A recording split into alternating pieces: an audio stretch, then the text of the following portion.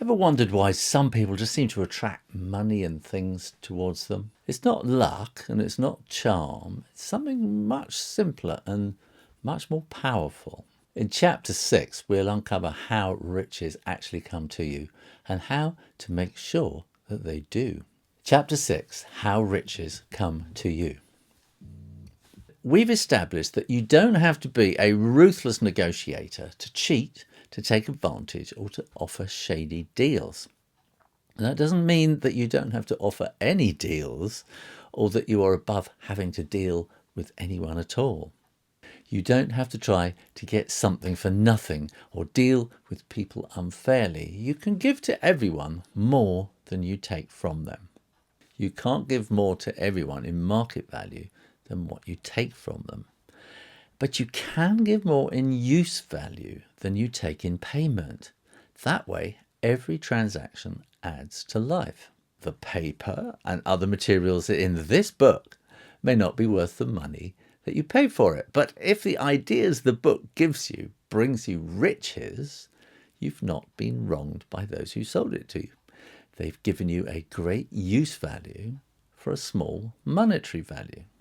Imagine offering a £1,500 luxury holiday to a market trader right in the middle of their busiest season in exchange for only £500. It sounds generous, but it costs them more in money, time, missed income, lost momentum. It adds stress, not value. Now imagine instead you offer a mobile card reader and a solar charger, tools that help them serve more customers and grow their income. Real value isn't about cost. It's about context and usefulness. That's the principle. Always give more in use value than you take in payment. When you operate from a creative and not a competitive mindset, every transaction should leave others better off than before. If you thrive by offering things that people don't truly need or that don't enrich their lives, it's worth reevaluating your life and transition to a position where you can genuinely create value for others. Give everyone more in use value than you take from them in monetary value. Then you are adding to the life of the world with every transaction you make, either as an employee or in your own business. If you employ people, then you need to take from them more in monetary value than you pay them in wages. But make it so that your business runs on the principle of advancement so that each employee who wishes can progress a little every day. You can make your business do for your employees what this book is doing for you. You can conduct your business so that it's like a sort of ladder, so every employee who makes the effort can climb the ladder to riches too. And if they choose not to, that's their own decision. Here is the key point. Because you are to cause the creation of your riches from formless stuff which permeates all of your environment, it does not follow that your riches are going to appear out of thin air. They are not going to appear before you in a puff of theatrical smoke. If you want a laptop, for instance, you can't simply impress the thought of it onto nature and expect it to appear by magic.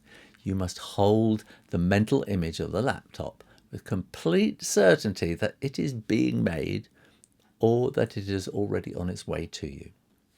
Don't question the process. Never speak of it or think of it in any other way than as something that is sure to arrive.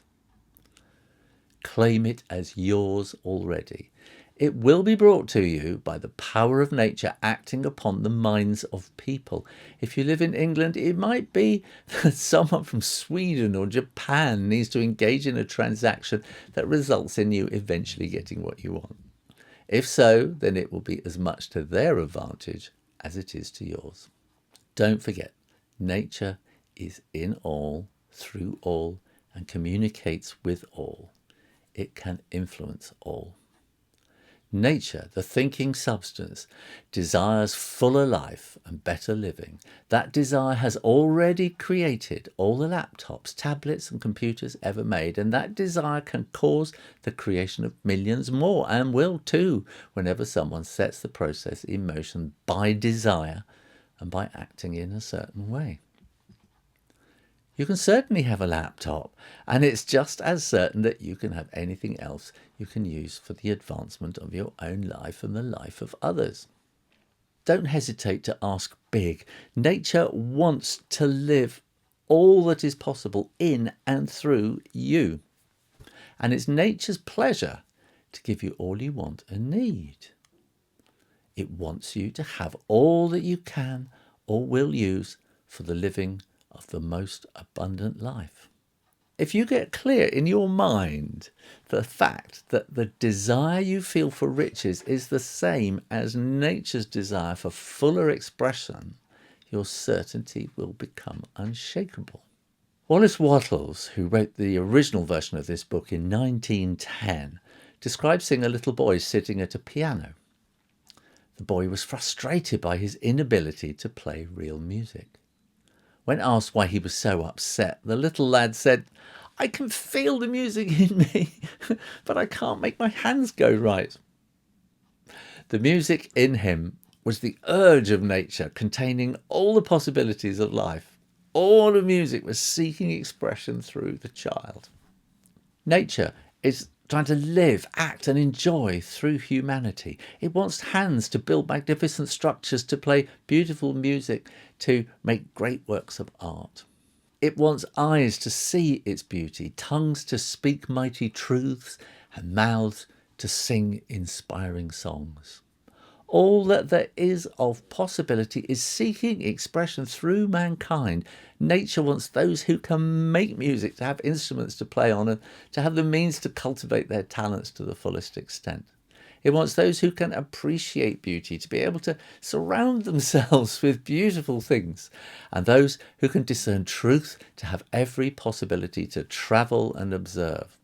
It wants those who appreciate clothes to be beautifully dressed, and those who appreciate good food to be fed like royalty. Nature wants all these things because it's nature that enjoys these things through us. The desire you feel for riches is nature aiming to express itself in you, as it tried to find expression through the little boy at the piano. So don't hesitate to ask for a lot. Your part is to focus and express your desire to nature. This is a difficult point with most people. They retain something of the old idea that poverty and self-sacrifice are a good thing. They look on poverty as a part of the plan, a necessity of nature. They have the idea that nature has finished its work and that the universe is made and is like a cake already sliced into portions, so that the majority must stay poor because there is not enough to go around. Because they hang on to this erroneous idea, they feel ashamed to ask for wealth, asking for just enough to make them fairly comfortable. Wattles tells a tale of how one of his students was told to get a clear picture of the things he wanted in his mind, so that the creative thought of them could be impressed on the formless stuff. He was a very poor man, living in a rented house and having only what he earned from day to day. He could not grasp the fact that all wealth was his. So, after thinking the matter over, he decided that he might reasonably ask for a new rug and a stove to heat the house during the winter. Following the instructions given in Wattles' book, he obtained these things in a few months. And then it dawned on him that he'd not asked for enough. He went through the house he lived in, planning all the improvements he'd like to make in it.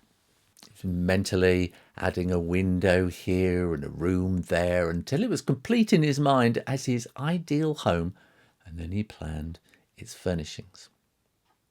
Holding and sustaining the whole image in his mind, he began living in the certain way and moving forward Holding and sustaining the whole image in his mind, he began living in the certain way and moving towards what he wanted. And eventually he owned the house and improved it to reflect his mental image. And then with more determined certainty, he went on to get greater things. It came to him as it will come to you if you walk the certain way. Now here is a reminder of the core principles. There is a formless stuff from which all things are made. In its original state, it fills and permeates and surrounds all things, even the spaces in between. A thought held clearly and impressed into this substance begins to shape itself into form.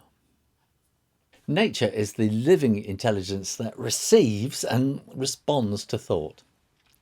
When we think of and sustain a clear image with purpose and certainty, we set that image into motion, and the thing we think about begins to take shape. If you stayed with me this far, I'm really urging you to go and get a copy of the book. For one thing, it helps me keep running this channel, but it's also going to help you, and it's going to help me to help everybody else. There are little spaces down the side. I've designed this book carefully so that you've got room to put your own notes in, because you're going to want to read this book again and again and again, like I have done for the last 20 years. I've been reading Wattles' book, and each time it inspires me. Each time I found totally new things, little inspirations and insights. It is an extraordinary book which I have reimagined and brought into the 21st century. All the links are down below, as is a button somewhere here for you to subscribe to the Certain Way Today YouTube channel. And go to my website, thecertainway.uk, and subscribe for the newsletter. In the meantime, thanks for watching, and I'll see you next time. You take care now. Bye-bye.